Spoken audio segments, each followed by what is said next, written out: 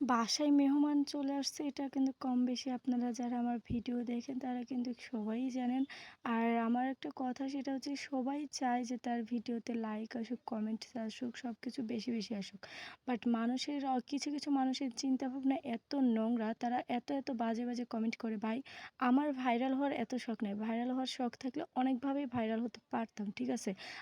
এইটা আমার কাছে ভালো লাগে। আমি সারাদিন থাকি। আমি সারাদিন কি করি না করি এই টুকিটাকি কিছু ভিডিও আপলোড করি। আর এটাও যদি আপনাদের সমস্যা হয় তাহলে যাদের সমস্যা তারা আমার ভিডিও স্কিপ করে যান। আমার ভিডিও দেখার কোনো প্রয়োজনই নাই। কিন্তু আপনারা এসব নোংরা, নোংরা কমেন্ট করবেন না এটা আমি খুব ভালো করেই বলে দিলাম।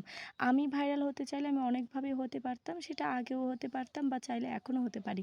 সেহেতু আমি যেহেতু এখনো ভাইরাল হচ্ছি না তাহলে আপনাদের কেন এত সমস্যা এগুলো বাজে, বাজে কমেন্ট করে ভাইরাল হওয়ার কথা বলা? হ্যাঁ, আমার ভাইরাল হওয়ার শখ নাই।